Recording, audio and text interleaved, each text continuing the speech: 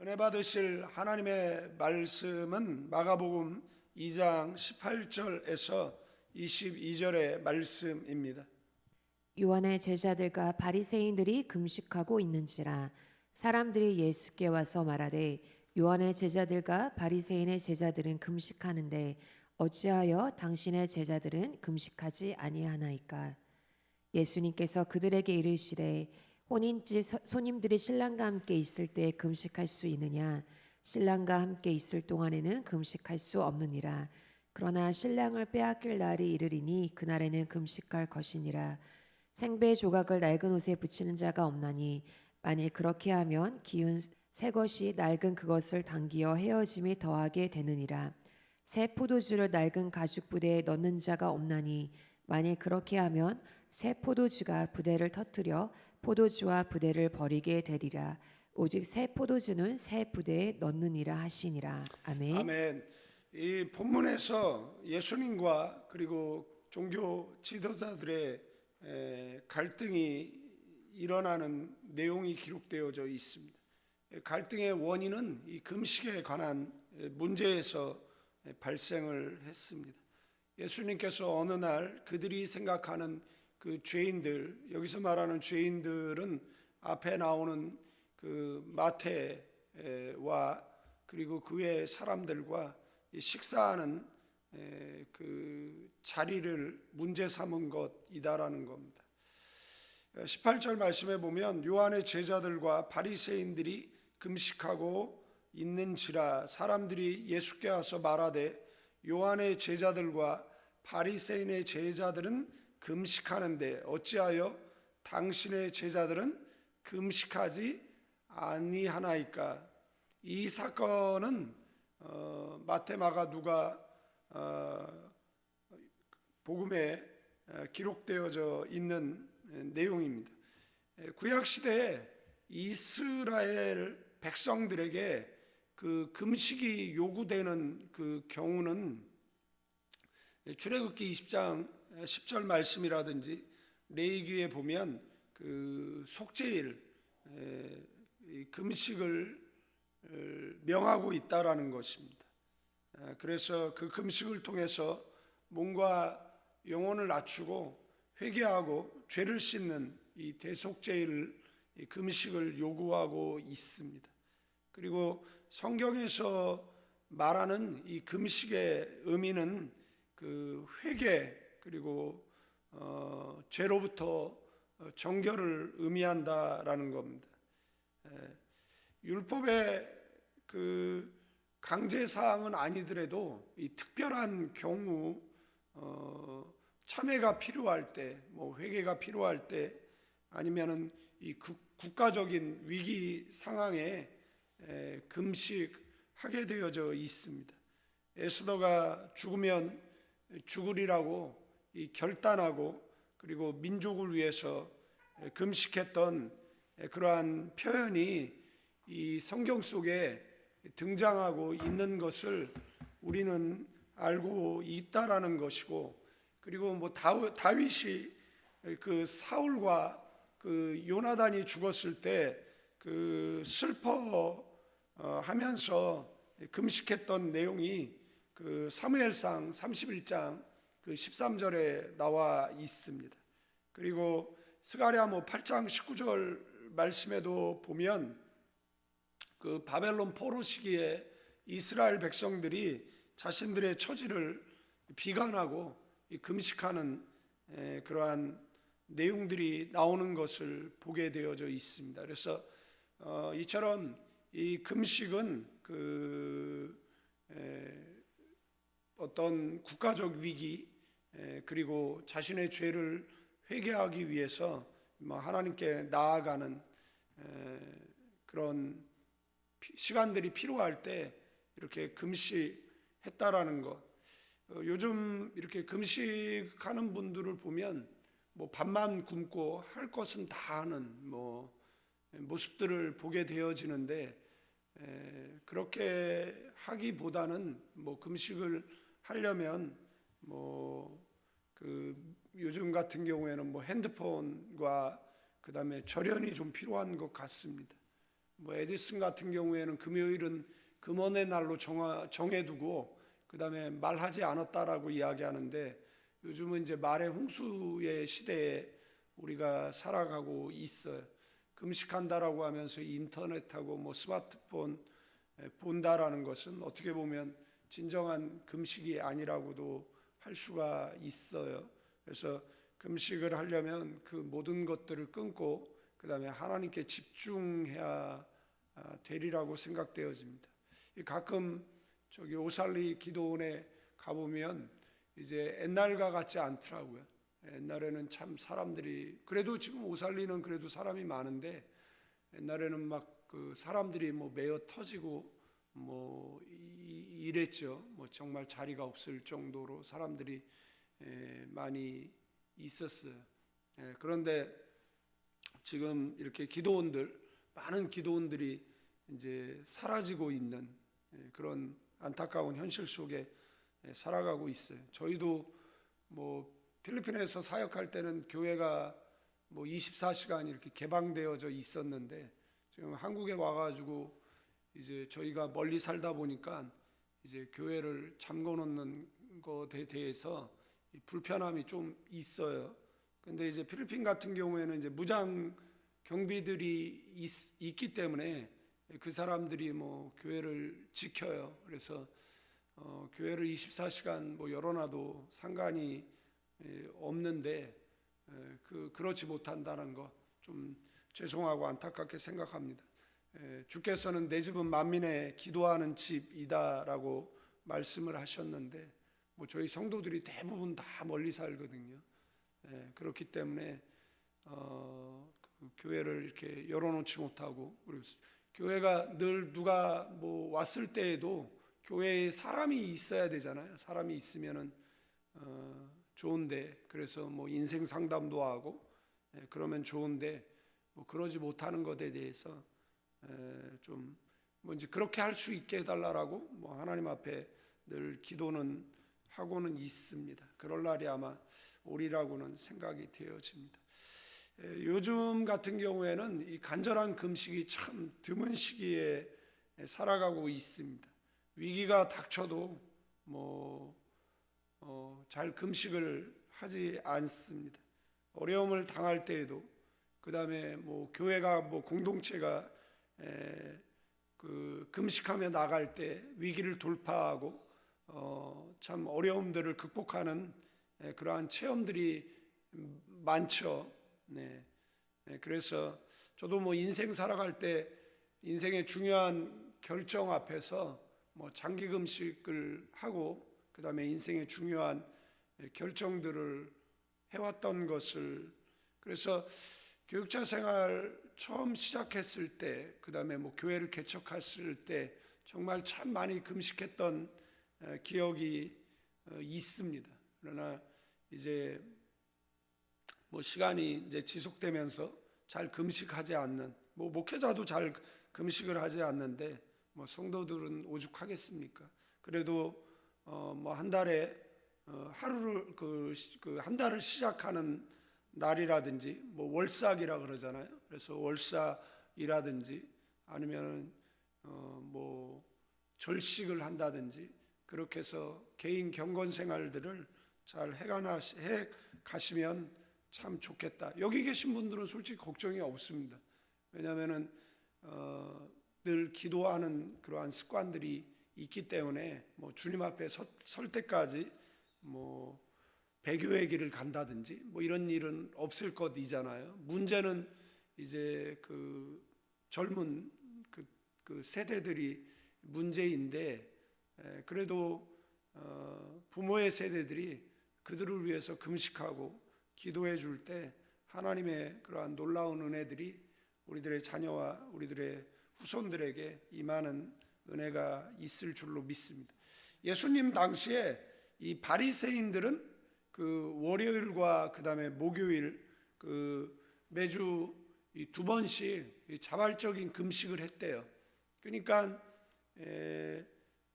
그 사람들이 봤을 때 율법보다 더 엄격하게 금식을 했으니까 사람들이 봤을 때 얼마나 경건해 보였겠느냐라는 것이에요.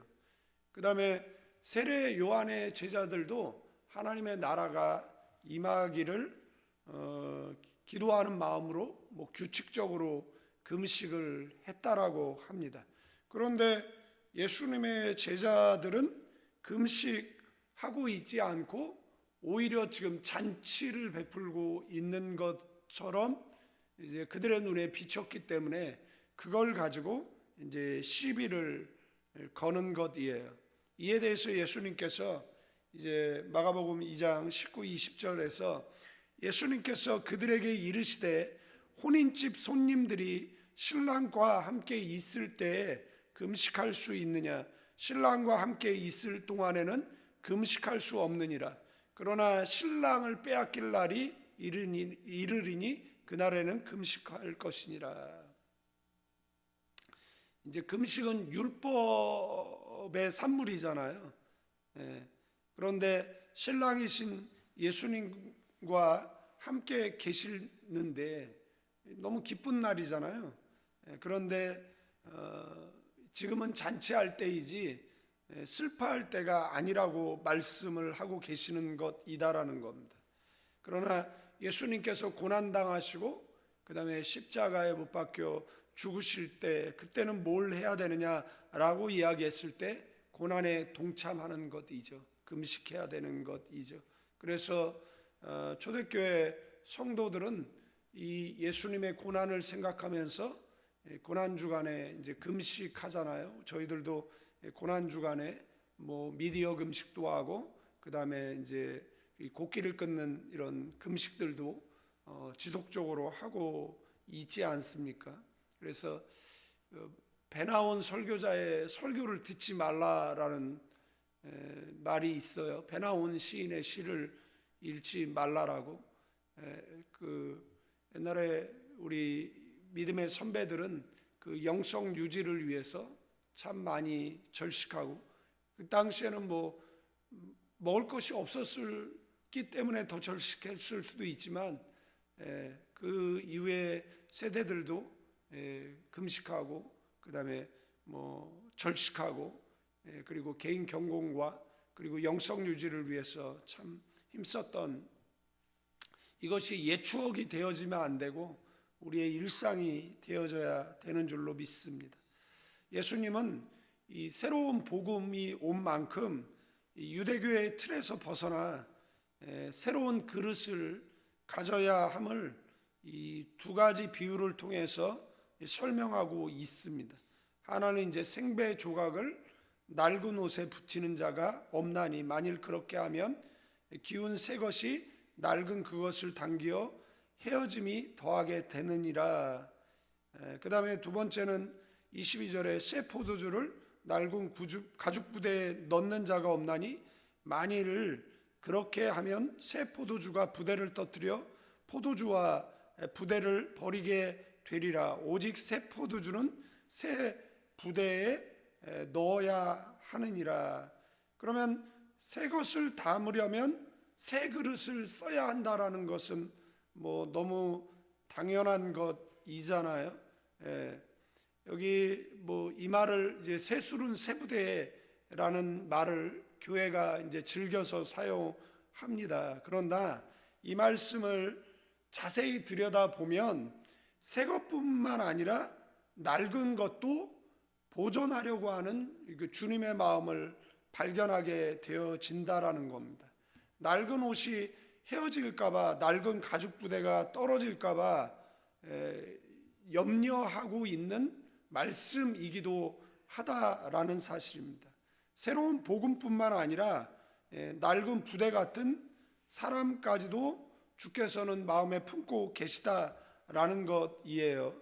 여러분들 이 비유 직전에 그 상황을 보면 좀 이해가 되는데 예수님은 그 세리, 그 레위, 그 마태를 제자로 부르시고 죄인들과 함께 지금 잔치를 벌이고 계셨어요. 이때 바리새인들이 와서 죄인들과 함께 먹느냐라고 비판을 했어요. 그러면 이 사람들은 지금 어떤 사람들이죠? 세술인 것이잖아요. 그 다음에 그 바리새인이라고 이야기하는 그 전통을 따르고 있는 사람들은 어떻게 보면 낡은 부대와 그 다음에 낡은 옷과 같은 그런 존재들이다라고 볼 수가 있습니다. 왜 죄인들과 함께 먹느냐라고 얘기했을 때 예수님은 나는 의인이 아니라 죄인을 부르러 왔다라고 이렇게 선포를 하셨어요. 이 말씀에 세례 요한의 제자들도 이제 불만을 갖죠. 왜냐하면 자신들은 이제 금욕적이었어요. 그런데 예수님은 그 죄인들과 어울려서 이제 파티를 즐기는 모습이 세속적으로 이렇게 보였다라는 것이에요. 그래서 그들 입장에서는 그 죄인들이 뭐 예수님을 받아들였다라면 예수님께서 그들을 이제 엄격한 그런 훈련을 시켜서 뭐 금욕을 시킨다든지 뭐 이러기를 원했던 것 같아요. 그러나 예수님의 생각은 달랐습니다.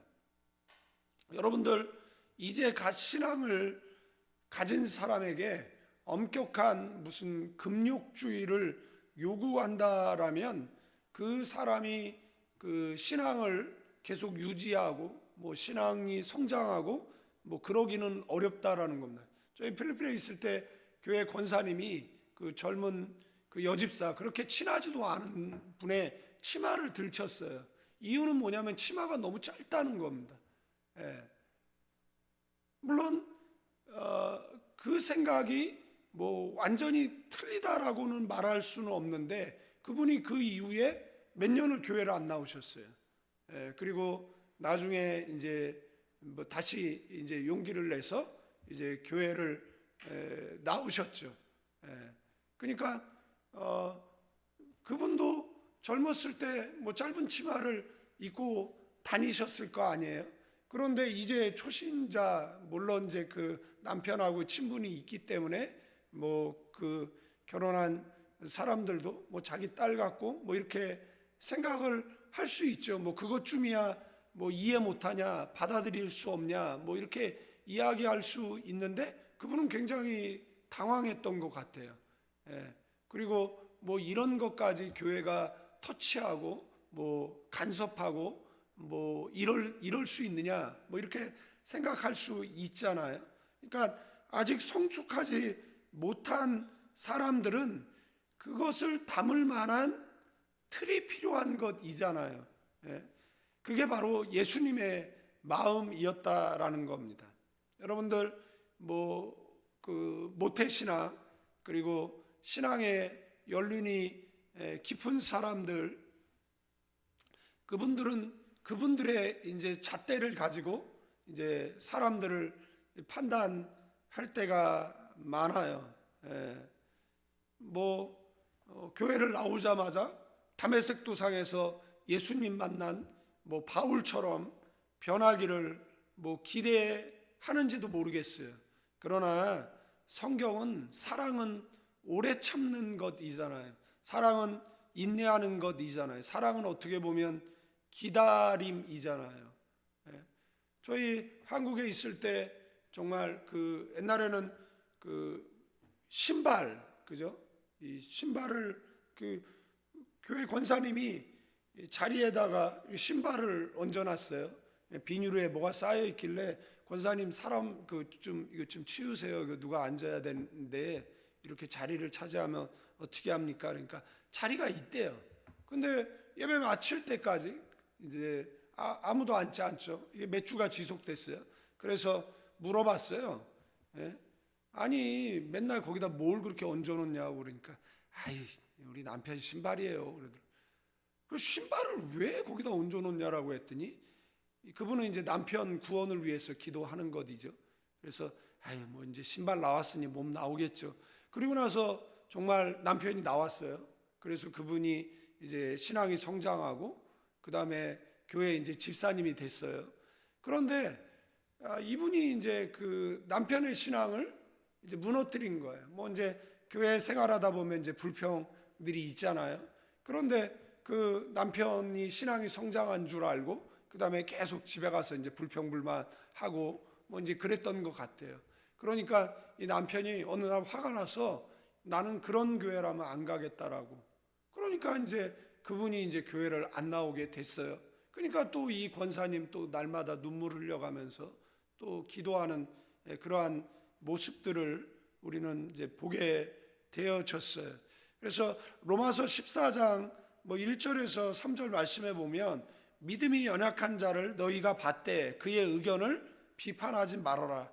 어떤 사람은 모든 것을 먹을 만한 믿음이 있고 믿음이 연약한 자는 채소만 먹느니라. 먹는 자는 먹지 않는 자를 없인 여기지 말고 먹지 않는 자는 먹는 자를 비판하지 말라. 이는 하나님이 그를 받으셨음이라.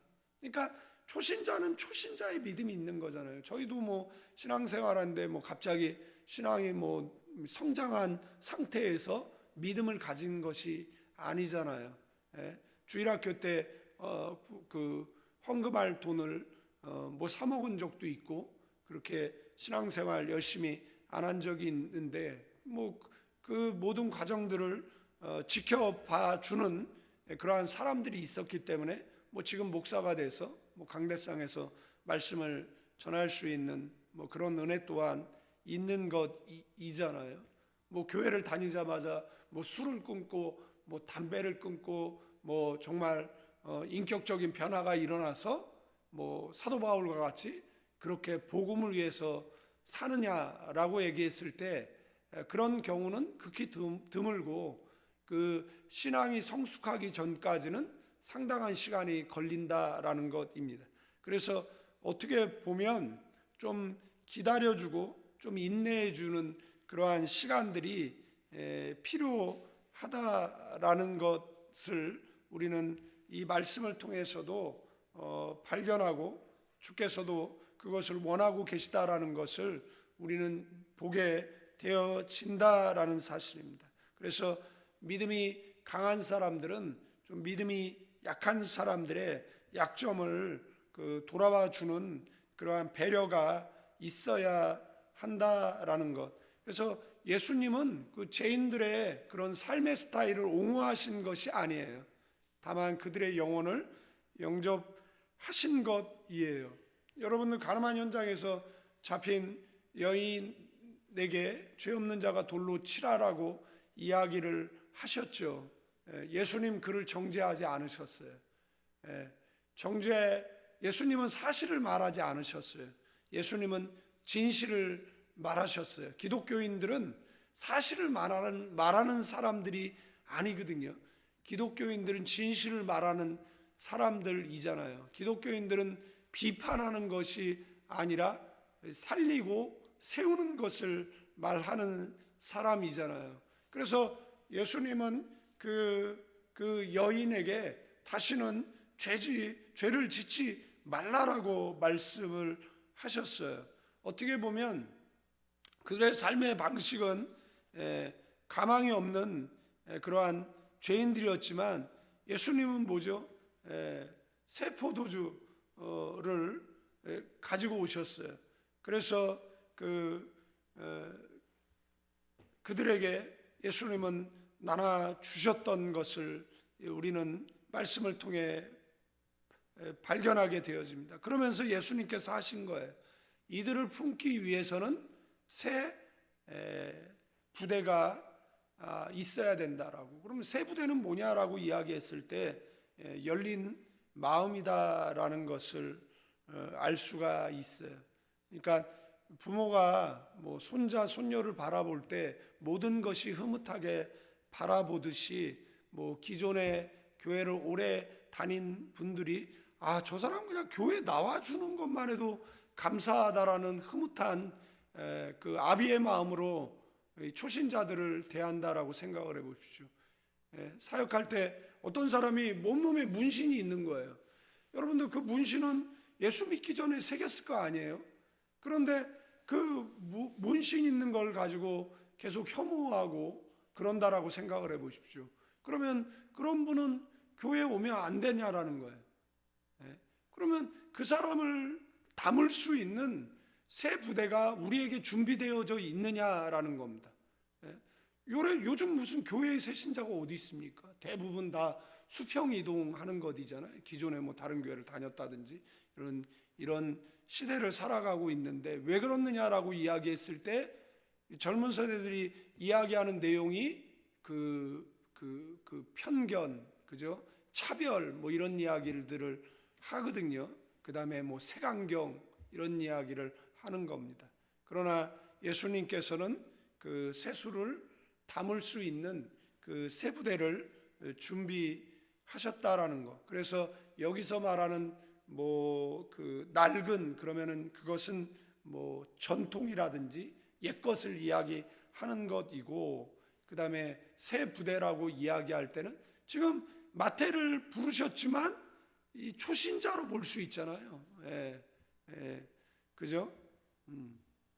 그래서 뭐 옛 것이 됐건 아니면 뭐 새 것이 됐건 교회가 공존할 수 있는 그런 공동체가 된다라면 그것처럼 감사한 일이 없겠습니다.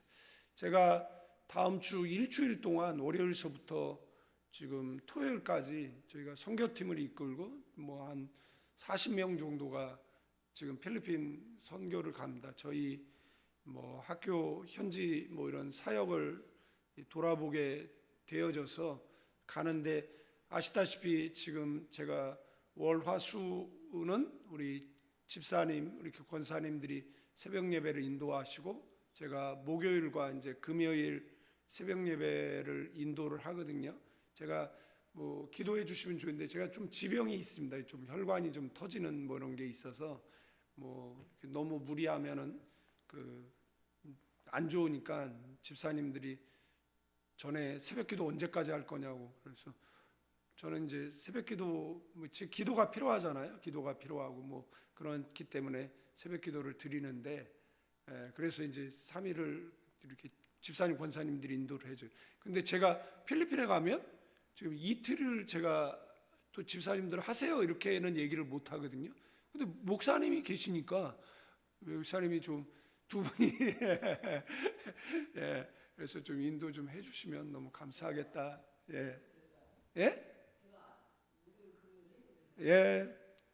해주시면 뭐 감사하죠.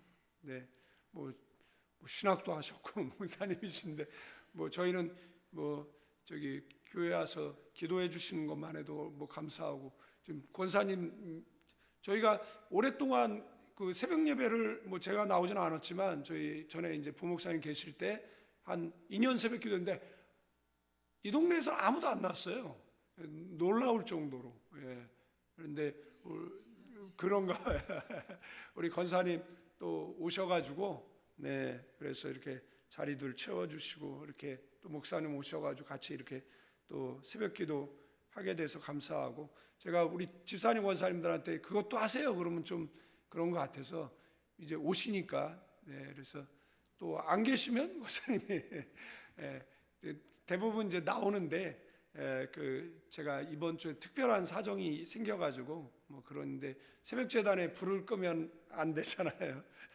그래서 좀 부탁을 드리도록 하고 말씀 정리하고 좀 마치도록 하겠습니다.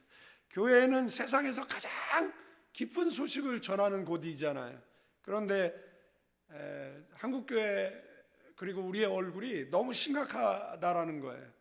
뭐 십자가의 고난을 묵상하고 생각하는 것도 좋지만 우리는 부활의 기쁨을 누리고 살아야 되는 것이잖아요.